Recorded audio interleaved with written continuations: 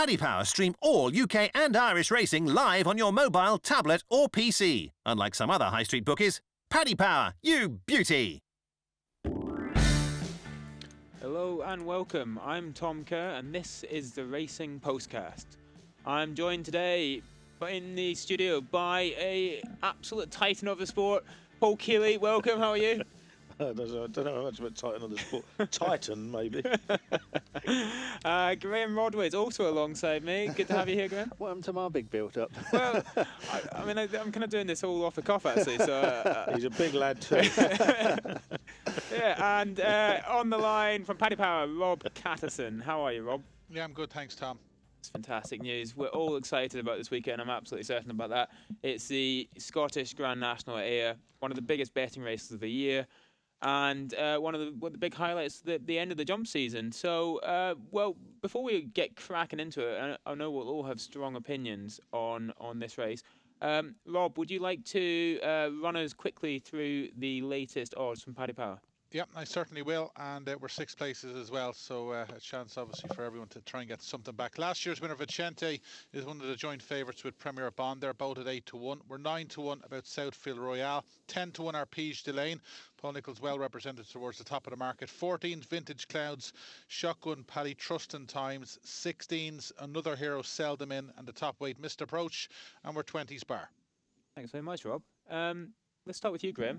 What do you reckon? It's quite interesting because Paul Nicholls obviously runs Vicente, who won it last year. He's got a very similar type in Arpege Delane, who ran in the same race before that Vicente did last year, before coming on to win this race. And I sort of had this race in mind for him for a while, but the race, that National Hunt Chase, not really worked out, has it? I think there's been 5 runners out of it. They've all run pretty poorly since. Haymountain was a bit disappointing, the Irish National, I thought. I made it between that one, nevertheless, and Vintage Clouds, and I'm going to go for Vintage Clouds. Sue Smith's in cracking form. I'm just hoping that the ground's going to be soft enough. It's only good to soft, good in places. There's no rain forecast. It seems to like plenty of cut, but very unlike Scotland. Exactly. Yeah. But he'll stay all day. I mean, he's staying on behind Black Lion and Verlier and Rouge last time out. Haydock will be at beating an absolute mile. 4 miles. He could even do further, but he's a speculative bet. I mean, it's a tough old race, isn't it? Paul, how about yourself? Yeah, well, I don't think there's any doubt whatsoever that the best handicap horse in the race is Henry Parry Morgan. The only problem is that since last year he's developed a habit of walking through fences rather than jumping over them. He was rated around about 150. I think it was 149 after running second to Native River at Aintree last year. It was well back that day as well. He's second to Native River, and this year we're thinking he's going to go well. He's going to run in all these big handicaps.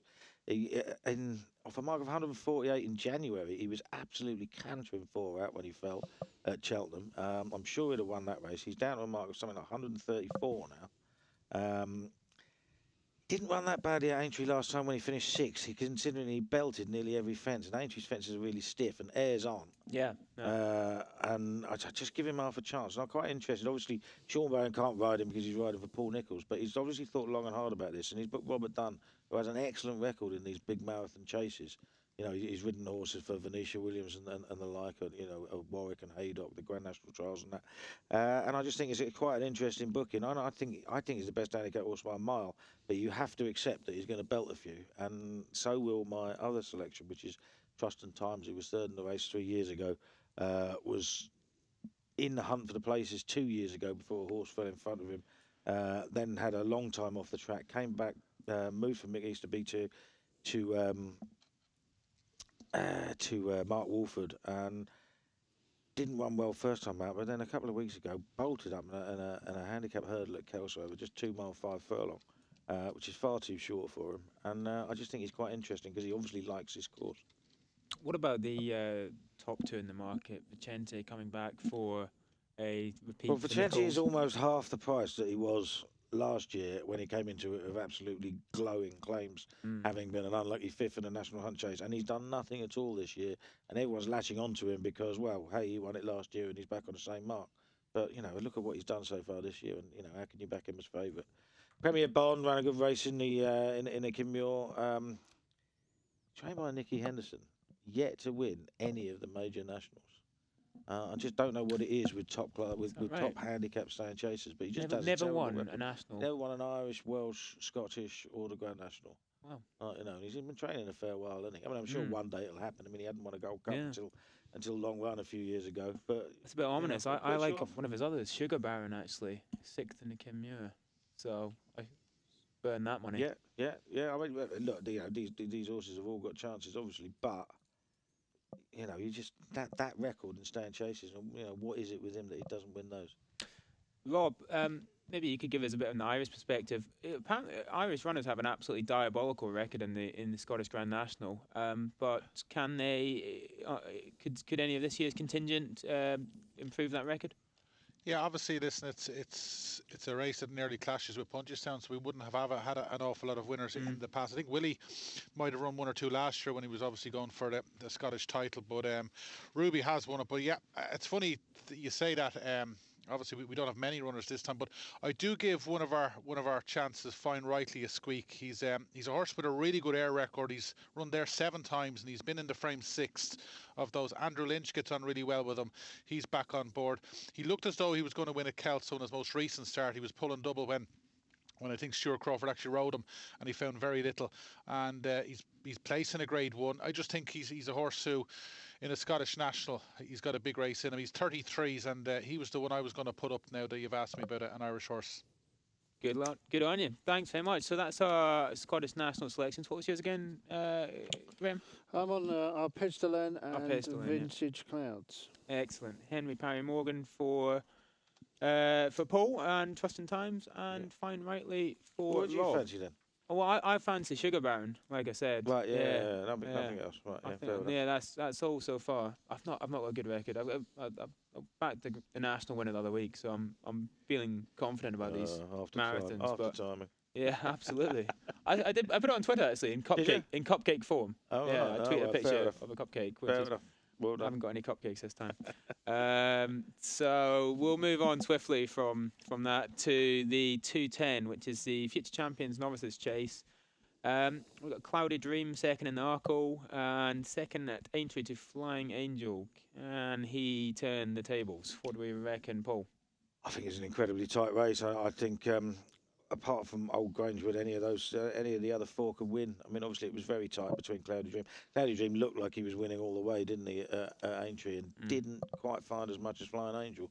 I'm not saying he didn't find, because I think they both did, but it was a real good battle. Clanderzobo looked a superstar at the start of the season when he won at Newbury. I think he might like these sort of flat tracks with long straights and that, so I can see him running a really big race. Not one I'd be confident of having a decent bet in, that's for sure. But I'd say Clanderzobo might just be a bit of value. Excellent. Looks like a classic race that I'll call wrong. One of these end of season. To what else? One of these end of season novice chases where they've all had loads of runs, and it's a bit of a guess up as to which ones are going to be over the top, which ones ain't going to be, which ones are going to be in top form. I'd take a chance on Clanderzobo. Always been a huge fan of him. Travels really, really well. But yeah, I mean, Flying Angels and Cloudy Dream, obviously, if they run to their Aintree level, they set the standard. Rob, do you want to tell us how you're pricing it up, and also whether you're going to make it a clean sweep for Clanderzobo? Yeah, nothing as of yet, but I'd have thought it's going to be probably around the 2-1 mark, Flying Angel and Cloudy Dream, and Clanderzobo will probably be about 3s, maybe even bigger, and he's the one that I fancy as well. I think the fact that Flying Angel and Cloudy Dream have both run at Cheltenham and Aintree has to be a big negative. Clanderzobo, he's only had the one bad run. His short head defeat by Whisperer on New Year's Day is probably the best line of form over this trip, and I just think he could be the fresher horse, and I think we could see him finally bag a big prize on Saturday. It's Clanderzobo for me as well. Clean sweep for Clanderzobo. If Postcast listeners aren't on, we're doing something wrong. And we'll move on now to the Champion Hurdle.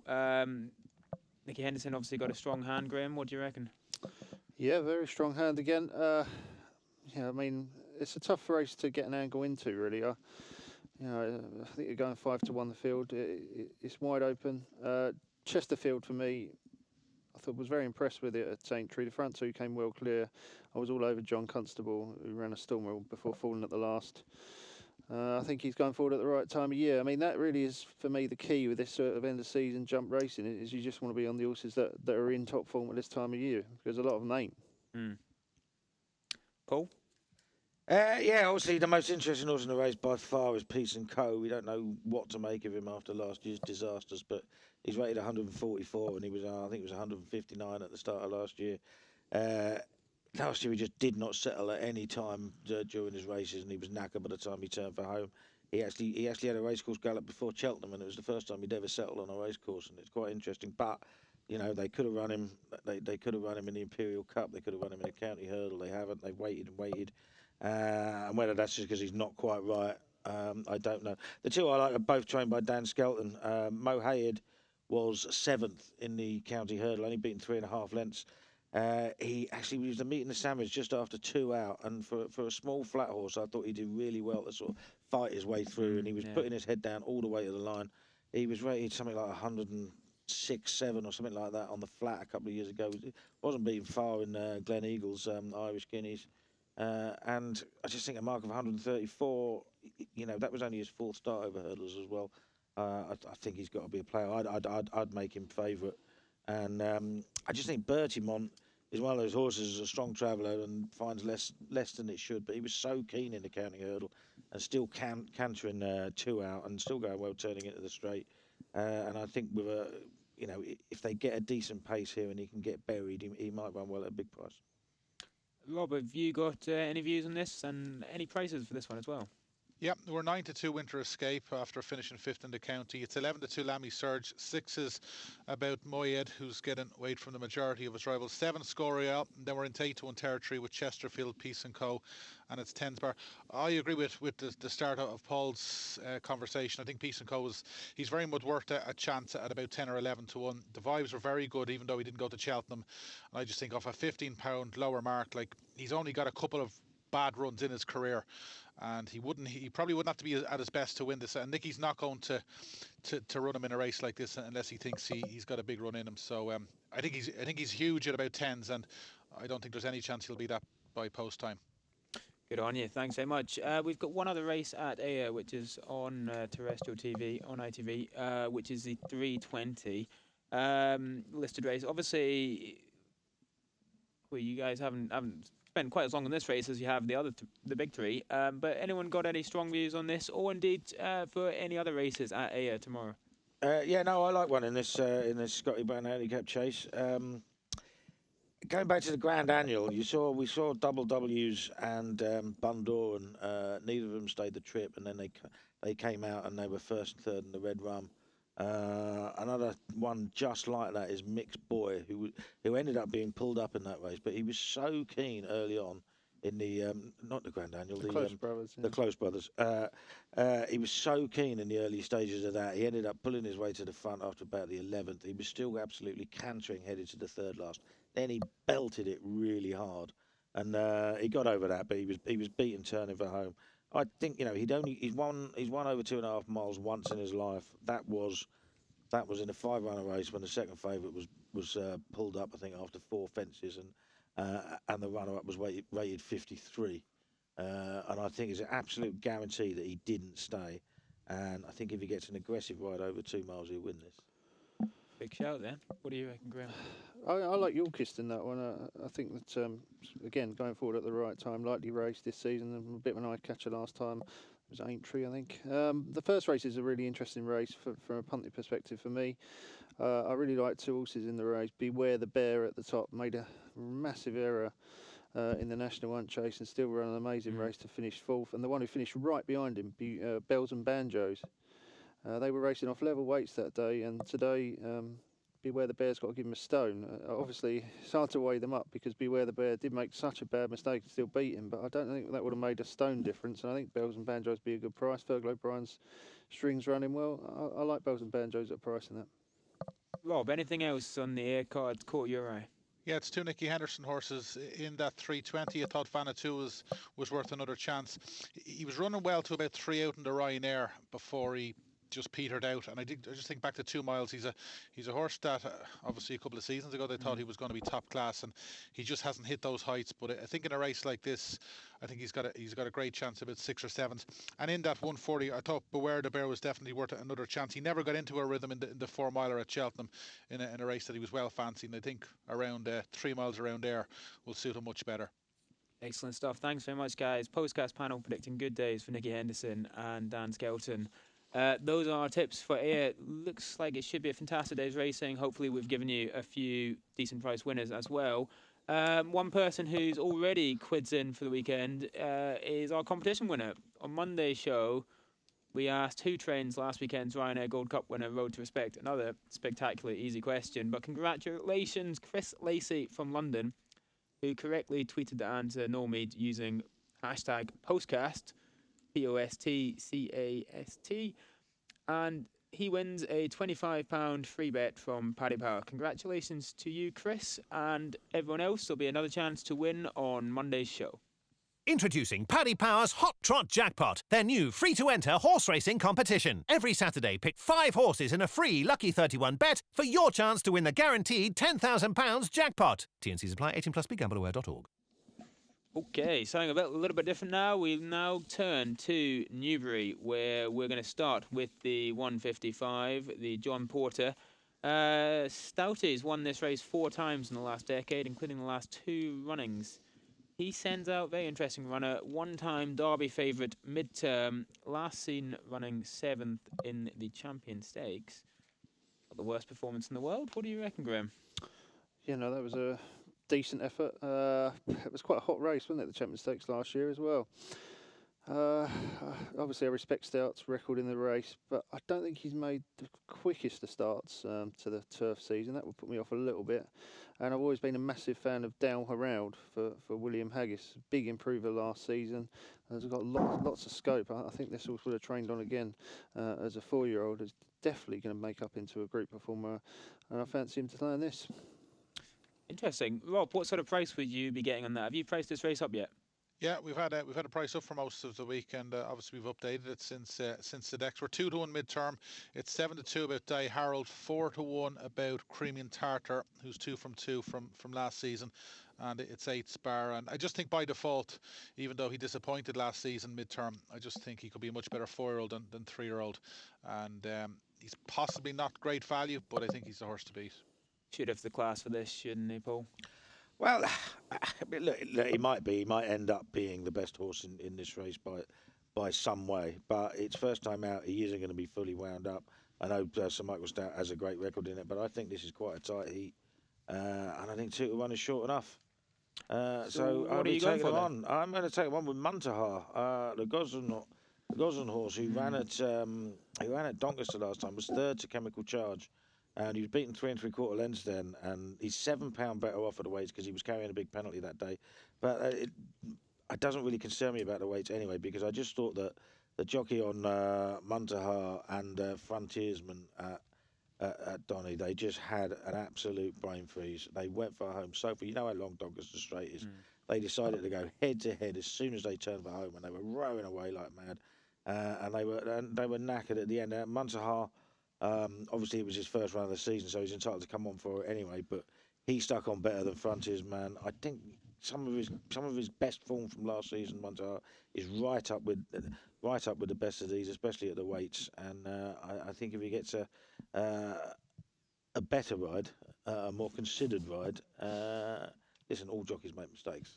Like, all people make mistakes, and I don't think that was Jim Crowley's best. And, even you, and he's riding brilliantly now. Yeah, God, I make mistakes all the time, sitting on my arse at 0 miles an hour on a full stomach. So, you don't have a go at them too much. But I mean, I just think they just got it badly wrong that day.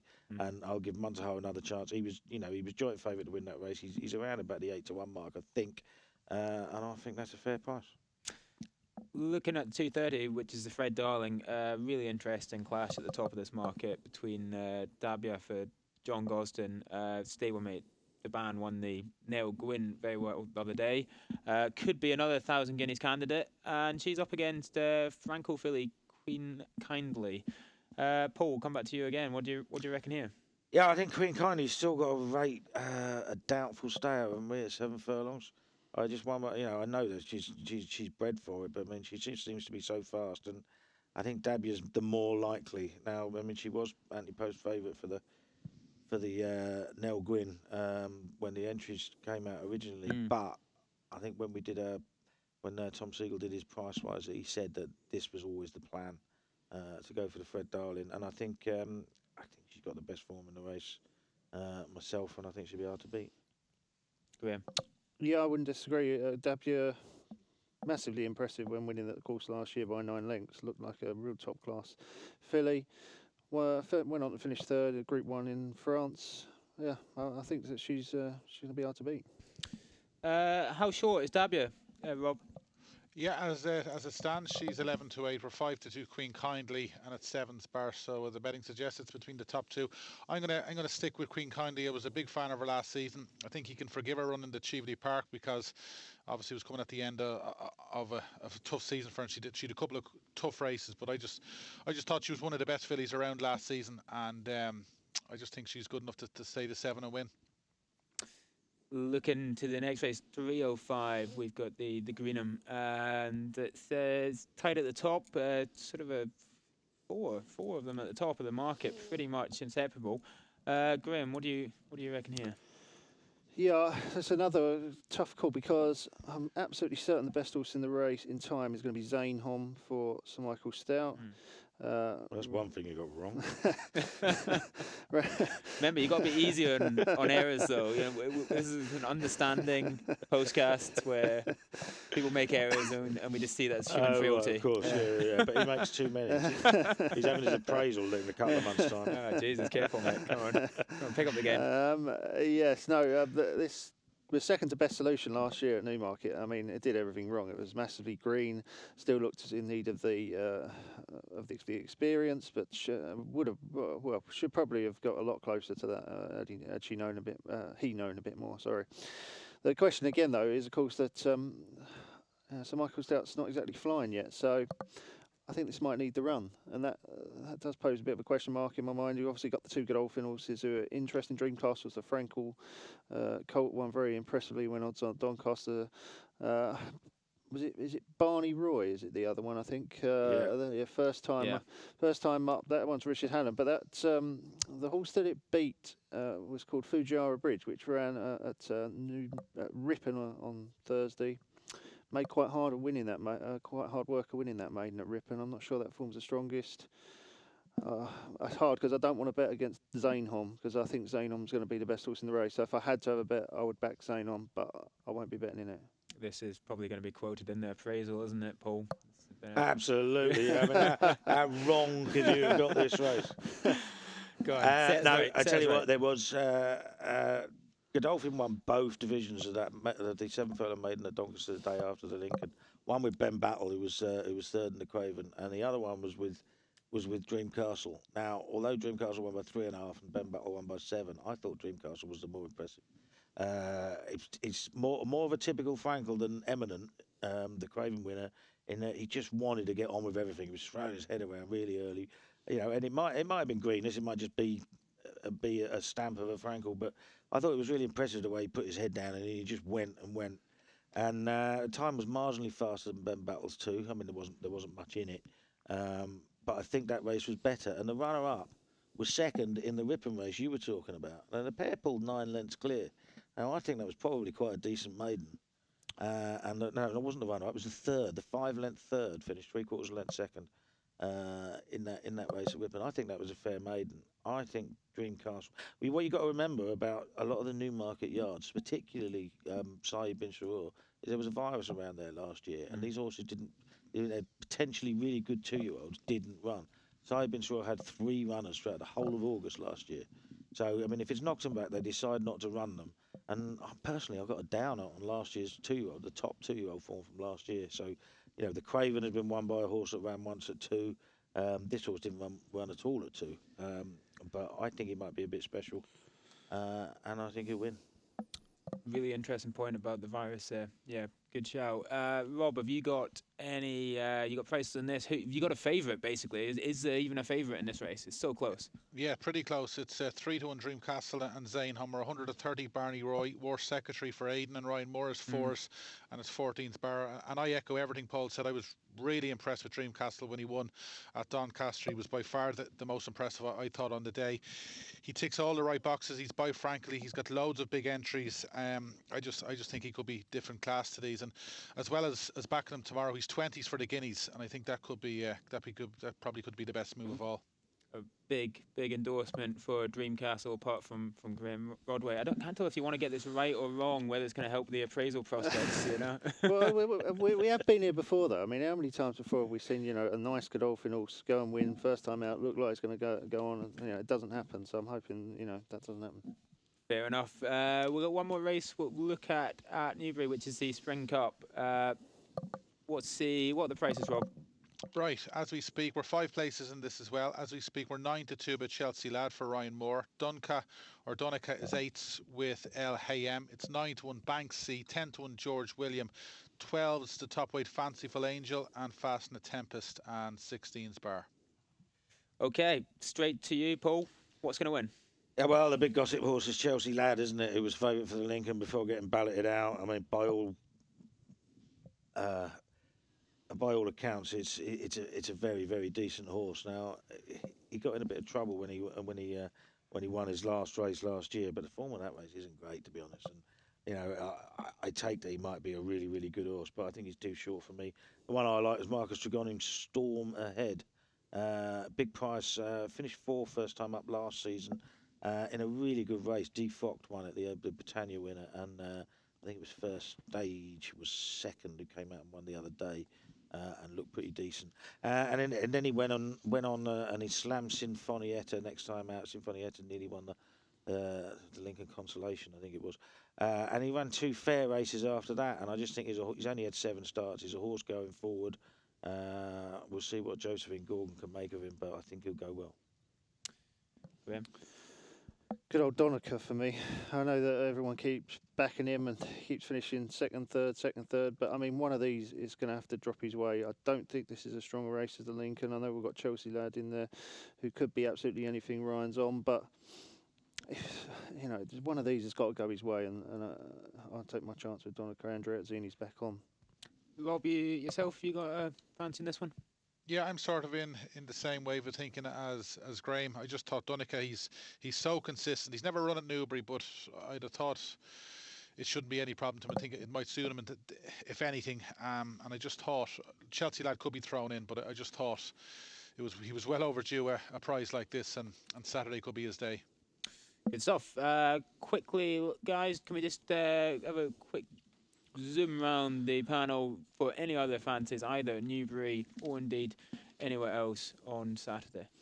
Yeah, in the last race at Newbury, there's a really interesting run-up for William Haggis called Sign, I think it's called, or Signe.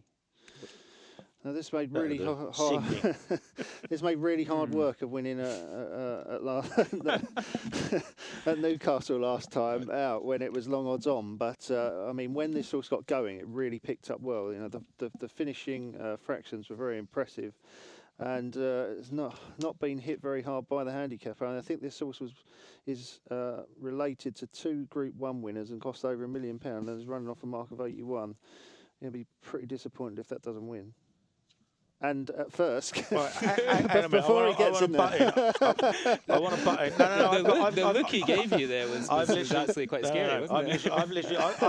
I've got nothing else, but I want to butt in and just tell you, all right, that the winner of that race, well, I honestly haven't looked at that race, but it's the first time in 12 months that Rodders hasn't tipped Zorro. So that'll win, because he tipped it all last year and it never ever won.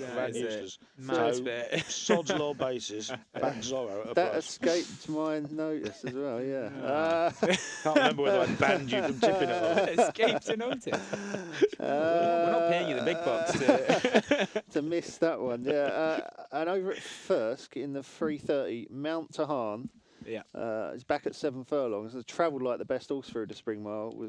Saw daylight very early in the straight. Didn't get home. Doesn't stay that trip. Back down to 7. As long as they go a decent pace, I could see that beating some of the higher rated rivals in that one with a fitness edge. Good on you. One last shout out for you, Rob, if you've got anything that you particularly fancy. Yeah, it's at Newbury, and it's a Willie Haggis horse. He's got leading fancies in both maidens, which have been divided up. But it's in the first maiden, a horse in the colours of the Queen called Call to Mind. He's out of that pretty good 2-year-old filly trained by Richard Hannon Memory, who of course she was very much set in her ways as a 3-year-old. But this lad's well entered up. He's got a Derby and a Dante entry, and Haggis's horses are flying, and he's well quoted for the Derby. I think he's a horse just worth keeping an eye on, because if he's impressive, he could very much develop as a Derby contender. Okay, producer, hit the jingle. This will not be beaten. Not sure if that really qualifies as a jingle, but it'll do. This is where everyone gives their best bet, except for me. I don't have one. Paul, you first. I think Dreamcastle will win the Greenham, which is at 3:05. Yeah, at Newbury. I feel I've been convinced, actually. Feels like the biggest shout of this podcast by far. Sorry, They never Sorry, win. Actually, I wasn't here last week, and Ballybowley would have been one of those, and it actually won. Yeah, what were you doing? It was Easter. I was on the lash at Linfield. Good lad, of course you were. Quite right. So what's your This Will Not Be Beaten? It's running at Nottingham in the 6:30 called A Call for Owen Burrows. Was massively unlucky on both starts last season, the second of which was in a Newmarket maiden that was won by Eminent, who obviously won the Craven Stakes on Thursday. A Call would have probably been in the 3, maybe even finished close second to Eminent.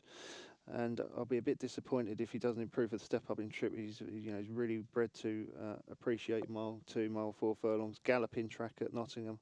I think he can make his experience tell. 6:30. Great, good shout, Rob. Yeah, I was hoping either lad to put him up. It's Clanda's Oboe in that novice chase at Ayr. I think he's very much best bet material.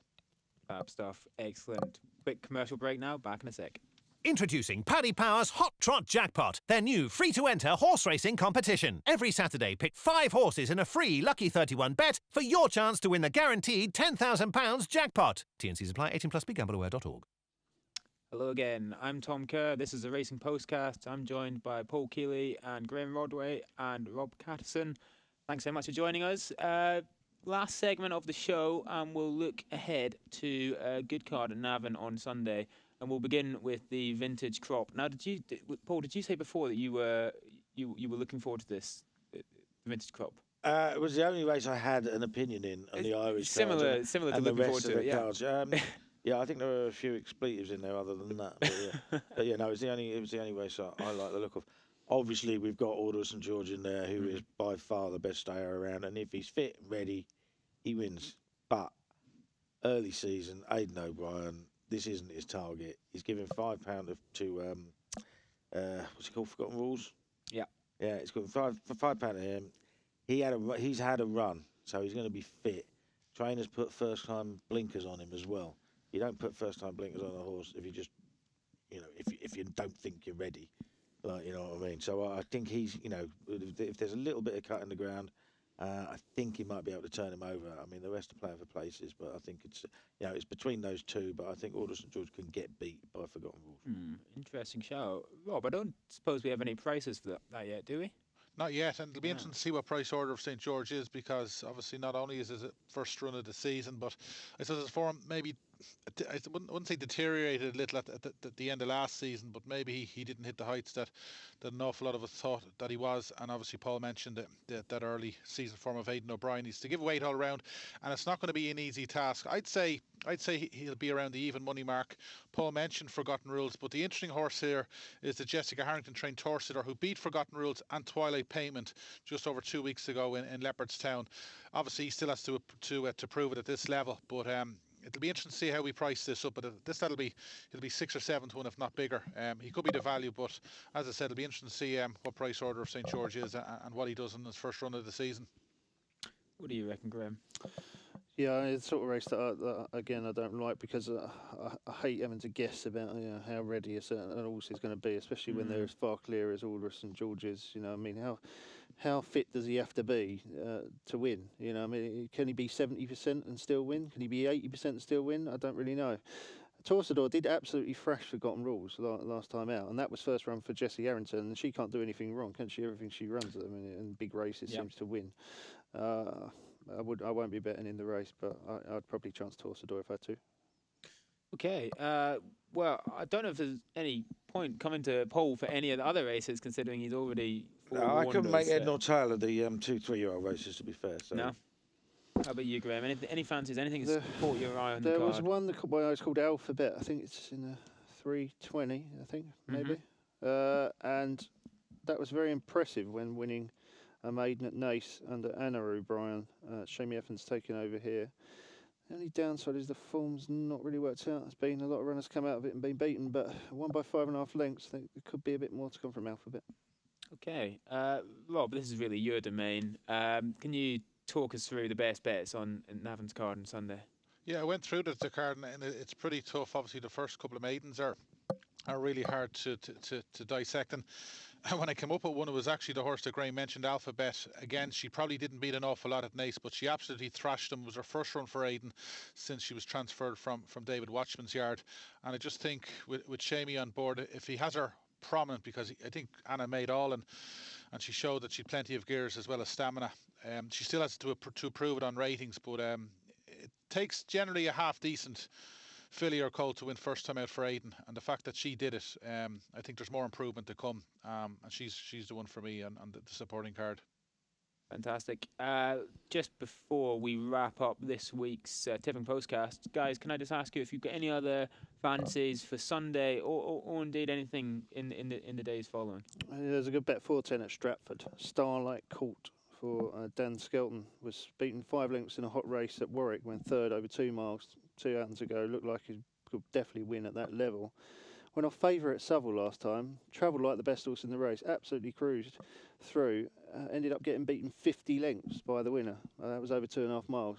Definitely didn't stay the trip. Back down to 2 miles here. I think you see a different horse tight 2 miles of suit.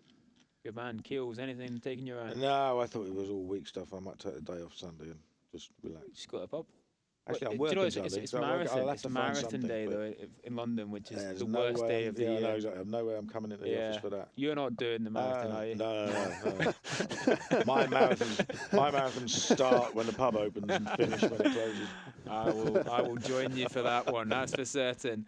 Okay, everyone, thanks for joining me. Thanks so much to my guests, Paul Keeley, Graham Rodway and Rob Catterson. Do join us again on Monday if you survive the weekend. I hope you have had a few winners there. And not just Monday, in fact, but every day next week with all the action from Punchestown covered right here on the Racing Postcast. Thanks for joining us. Have a great weekend. Check out Paddy Power's new and exclusive Cash Card Plus. Available to use online, at ATMs, or even down the local. Paddy Power, you beauty.